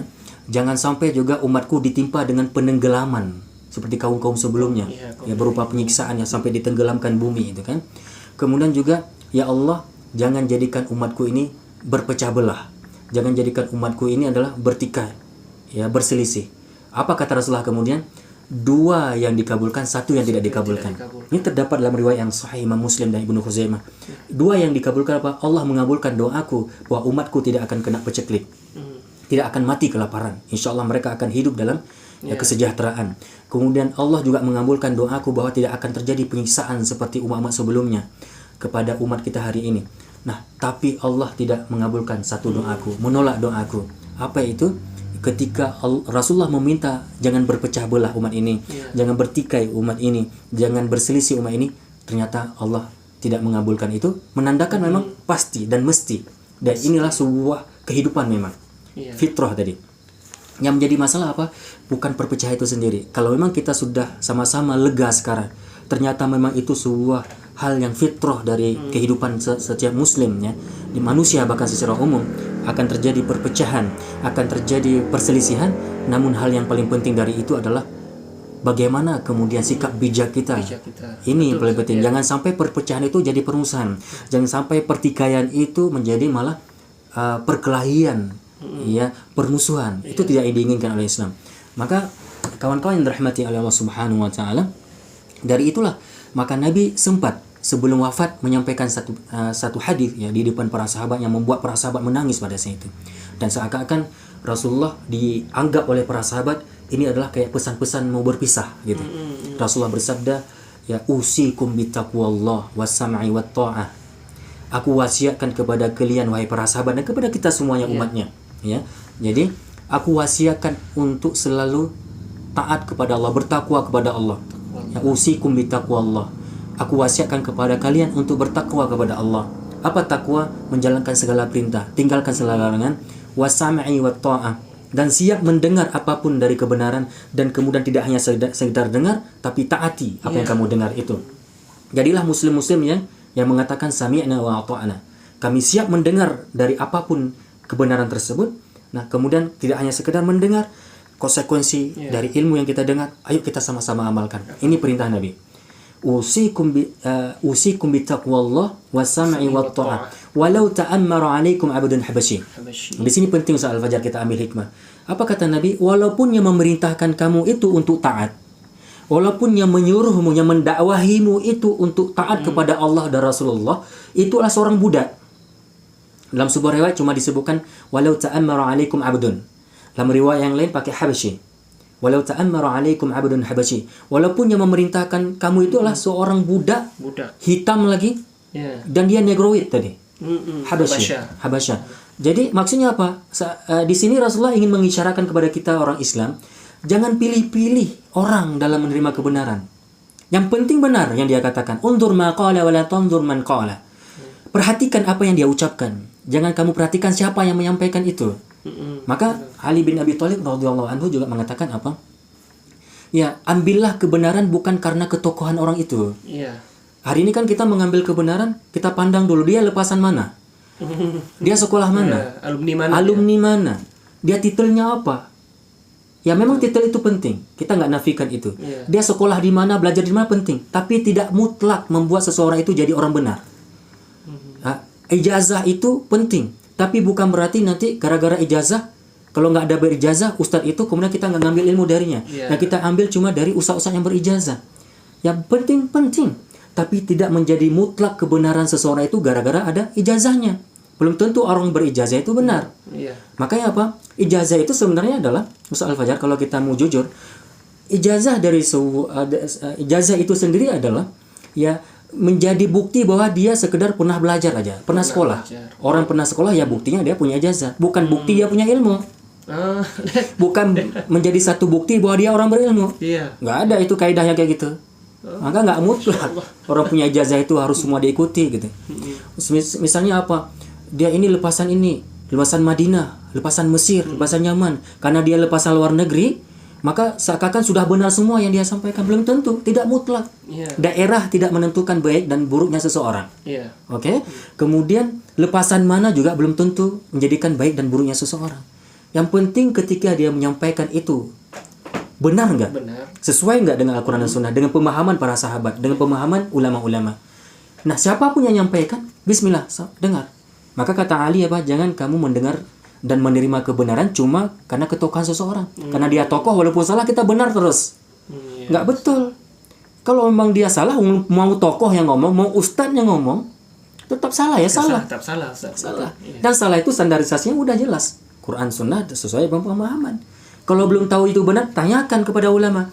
Fas'alu ahla dzikri in kuntum la ta'lamun. Tanyakan kepada orang berilmu tanyakan kepada orang yang berilmu kalau kamu nggak ngerti. Nah, jadi kembali ke hadis. Karena hadis ini luar biasa soal Fajar. Di samping Rasulullah mewasiatkan sesuatu, menyampaikan problematika nanti dan juga memberi solusi dalam hadis yang sama. Makanya usikum binafsi wa usikum bitaqwallah wa sam'i wa ta'ati walau ta'ammara 'alaikum 'abdun habasyi. Walaupun yang memerintahkan itu adalah orang yang tidak elok dipandang. Hari ini kadang gara-gara titel, gara-gara ijazah, gara-gara lepasan mana kita gak jadi menerima. Ya karena gara-gara ustaz itu adalah lepasan di kampung, hanya sekedar orang-orang balai lepasan balai kajian di kampung, kita kemudian gak jadi menerima kebenaran. Ataupun kita tidak bisa menerima kebenaran kalau bukan dari ustaz kita. Nah, memang benar dia sampaikan ustaz, tapi ustaz kami belum menyampaikan itu. Jadi baru benar kebenaran tersebut, baru sah kalau udah ditahqiqkan oleh gurunya misalnya. Standar gurunya. Bukan standar Allah berarti. Bukan. Kalau guru yang bilang benar baru benar. Allah. Kalaupun benar belum jadi terima benarnya. Kalau belum disampaikan oleh ustadznya, ini salah. Ini konsepnya tidak walau ta'ammara 'alaikum 'abdun habasyi. Padahal Rasul mengatakan walaupun dia budak yang nyampaikan. Budak loh yang nyampaikan kebenaran itu tetap taat. Maksudnya itu. Ya. Kemudian apa? Fa inna man ya'ish minkum ba'di fasayara ikhtilafan katsira. Kalau Nabi mengatakan apa? Kenapa harus demikian? Kenapa kita harus taat kepada Allah Rasulullah? Kenapa kita kemudian harus siap mendengar dari manapun kebenaran itu? Karena siapapun yang hidup setelah aku wafat, kata Nabi, pasti mereka akan hidup dalam perpecahan. Mereka akan hidup dalam banyak khilaf. Mereka akan hidup banyak dalam pertikaian tadi, perselisihan. Ya ini, ya hari ini kan bisa kita saksikan. Bahkan jangankan hari ini, baru saja Rasulullah wafat, Sallallahu Alaihi Wasallam, itu langsung terjadi cekcok antara Muhajirin dan Ansar. Begitulah terjadi juga di masa Abu Bakar As-Siddiq, terjadi orang yang murtad, tidak membayar zakat sehingga ada perang Riddah. Di masa Abu Bakar, Umar juga terjadi pembunuhan terhadap Umar. Ya. Kemudian ada yang di masa Utsman juga, di masa Ali terjadi pertikaian sampai kepada hari ini, dan ini memang tidak meleset apa kata Rasulullah bahwa hidup kita ini akan hidup dalam banyak perbedaan. Nah, dan itu fitrah tadi. Tapi yang menjadi masalah apa? Solusinya apa? Bagaimana sih sikap bijaknya? Maka Rasulullah memberi solusi. Apa solusi dari Rasulullah SAW? Ya, alaikum bisunnati. Alaikum bisunnati, hendaklah kalian berpegang teguh kepada sunnahku di saat sudah mulai berpecah belah. Ya, jangan lagi kembali ke A, B, C. Kembali ke Rasulullah. Ya, gitu kan? Jadi fa in tanaza'tum fi syai'in farudduhu ila Allah wa Rasul. Jadi apabila kamu sudah berselisih pendapat, nah kalau kamu udah bingung bagaimana solusinya, kembali lagi kepada Al-Qur'an dan sunnah. Jadi alaikum bisunnati wa sunnati al-khulafa'ir rasyidin al-mahdiyyin. Dan hendaknya juga kalian berpegang teguh kepada al-khulafa'ir rasyidin, 4 sahabat Nabi. Ya, di antaranya adalah di sini adalah ada Abu Bakar, Umar, Utsman, Ali, dan para sahabat yang lain. Dan sahabat yang lain juga. Berpegang teguhlah kepada mereka karena mereka orang telah terjamin dari langit langsung. Mereka orang yang telah Allah katakan radhiyallahu anhum wa radu'an. Allah telah ridha kepada mereka. Nah, redha terhadap akhlak mereka, redha terhadap pemahaman mereka, redha terhadap ilmu mereka, redha terhadap potret kehidupan mereka. Itu masuk radhiyallahu anhum wa radu'an. Tapi sebelumnya Rasul mengatakan wa'addu 'alaiha bin nawajid. Tamassaku biha wa'addu 'alaiha bin nawajid. Dan hendaklah kalian berpegang teguh pada Quran dan sunnah, kepada sunnahku, pada sunnah sahabat, dan gigitlah tadi dengan gigi geraham. Kenapa gigi geraham? Biar kuat. Jangan gigi tengah, cepat putus dan terpotong. Wa iyyakum wa muhdatsatil umur fa inna muhdatsatil bid'ah. Dalam sebuah riwayat disebutkan hati-hati dengan perkara-perkara yang baru. Kalau udah jelas ini Quran dan sunnah, udah ikut Quran dan sunnah, kalau ada yang baru-baru hati-hati. Itu solusinya tadi. Solusi menghadapi perpecahan. Ikuti Allah, ikuti Rasulullah, ikuti para sahabat, karena mereka telah terjamin kebenarannya. Kalau ada sesuatu yang baru, hati-hati aja.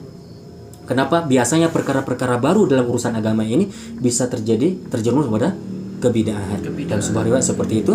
Nah, jadi dan ini sebuah hal yang menjadi fitrah memang dari kehidupan, bahwa akan ada ya kehidupan kita ini kadang kita akan hadapi sesuatu hal yang baru. Maka bagaimana solusinya? Kembali ke hadis tadi. Nah, kemudian juga di sisi yang lain soal fajar, dan ini mungkin sebagai penutup dari kami, bahwa ya Rasulullah SAW pernah bersabda, Sastaftariquna ummati 73 firqatan. Dalam sebuah riwayat millatan. 72 finnar wa wahidah fil jannah. Akan terpecah belah umatku menjadi 73 golongan. 72 yang di neraka, wa wahidah fil jannah, dan satu cuma yang di surga. Para sahabat dalam sebuah riwayat bertanya, Man hum ya Rasulullah? Man hiya ya Rasulullah al-wahidah? Siapa dia ya Rasulullah yang satu itu? Al-jamaah ma ana alaihi wa ashabi. Ya, mereka adalah al-jamaah, yaitu siapa saja yang berada di atas sunnahku dan sahabatku.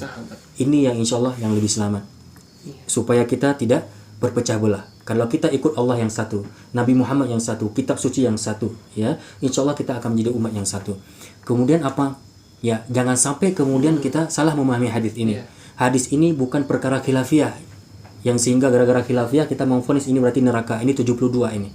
Ini golongan 72 yang neraka. Gara-gara persoalan khilafiyah tadi. Ya, maka hadis inilah konteksnya adalah lebih kepada perbedaan akidah. Betul. Perbedaan akidah, bukan masalah 820, kunut nggak kunut, cingkrang nggak cingkrang. Bukan masalah khilafiyah yang kemudian kita masukkan ke hadis, ya ke hadis 72 ini. Dan hari ini juga kita lihat bagaimana orang nomor 1 ini tangkap orang nomor 2.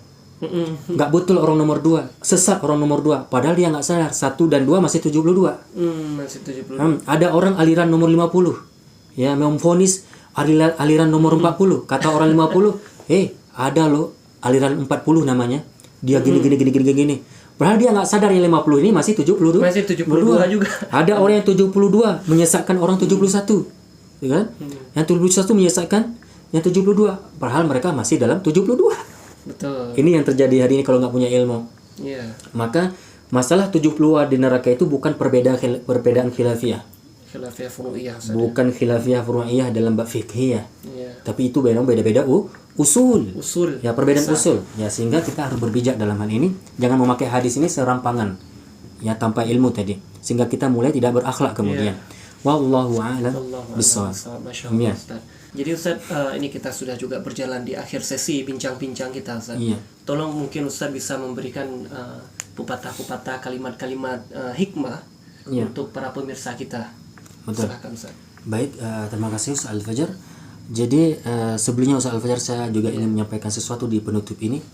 Terkadang karena ada yang bertanya ke kita ya. Betul. Dari materi yang kita sajikan tadi muncul mungkin pertanyaan dari kawan-kawan, dari kaum muslimin semuanya. Jadi Pak Ustaz biar kami jangan bingung, bagaimana sih kami mengikuti kebenaran itu? Siapa sih orang benar itu? Siapa sih di posisi yang salah? Biar kami jangan salah-salah memilih ustadz misalnya. Biar kami jangan sesat nanti gitu kan. Siapa sih kelompok yang benar? Kan? Ada nggak ustadz merekomendasikan yang mana gitu kan? Nah, dalam hal ini sebenarnya pertanyaan pernah diajukan juga oleh seorang sahabat kepada Ali bin Abi Thalib radhiyallahu anhu. Jadi Ali pernah ditanyai, wahai Ali gitu kan, siapa sih orang yang benar itu? Hari ini kami bingung ini mengikuti mana yang benar. Orang benar sih mana itu? Maka Ali memberi jawaban apa yang sangat luar biasa bijak. Dia itu bisa menjadi jawaban untuk kita juga. Apa itu? Kamu nggak usah fokus, kamu nggak usah sampai menghabiskan energi melihat, menilai mana orang benar, mana orang salah. Cukup bagimu i'lamul haq, i'lamil haq wa'lamil batil. Ya, jadi belajarlah dan ketahuilah mana yang benar. Belajarlah dulu mana yang sesuatu yang benar dan pelajarilah sesuatu yang batil. Ya, disitulah nanti kamu akan tahu. Fasata'lam man 'alal haq wa man 'alal batil. Kamu nanti akan tahu siapa orang yang berada di atas kebenaran dan kemudian kamu akan tahu dengan sendirinya siapa yang akan berada di atas kebatilan. Jadi bukan orang yang kita nilai salah benar. Belajar dulu mana yang benar-benar itu, mana yang batil itu. Dan sumber untuk menilai itu, Furqan itu adalah yaitu Al-Quran. Al-Furqan itu Al-Quran. Karena kita tidak akan mampu nanti membedakan mana benar, mana salah, mana orang benar, mana orang salah kecuali dengan Al-Furqan yaitu Al-Quran. Karena Al-Quran telah memaparkan kepada kita siapa orang-orang benar itu, kriteria siapa aja, bagaimana sih sifat-sifat mereka, dan siapa sih orang-orang salah itu, apa sih karakter-karakter mereka, sudah sangat lengkap. Ya, jadi intinya apa? Belajar dulu yang benar, belajar kebatilan. Kalau udah tahu benar, tahu salah, kita akan tahu sendirinya, oh ini orang benar, oh ini orang yang salahnya. Jadi sibukkan diri dengan belajar kebenaran dan mempelajari kebatilan. Mempelajari kebenaran untuk kita ikuti, mempelajari kebatilan untuk supaya kita jauhi. Itu. Kemudian terakhir Ustaz Al-Fajar dan kaum muslimin yang dirahmati Allah Subhanahu wa taala, kita dalam hal ini harus ingat juga dengan apa kata Ali bin Abi Thalib radhiyallahu anhu. Jadi perbedaan orang bodoh dengan orang cerdas adalah di bagaimana meletakkan lisan dan hatinya. Itu kan apa kata Ali? Orang cerdas adalah orang yang dia meletakkan lisan di belakang hatinya. Logikanya berarti hatinya yang di depan. Orang cerdas adalah orang yang meletakkan lisan di belakang hatinya. Jadi hati depan, lisan di belakang. Sedangkan orang bodoh adalah orang yang meletakkan lisan di depan hatinya. Kebalikan. Jadi orang bodoh bagaimana? Lisan di depan, hati di belakang. Sehingga gitu. Ini nggak betul, itu nggak betul. Kami yang paling benar. Asal ngomong, asal tadi.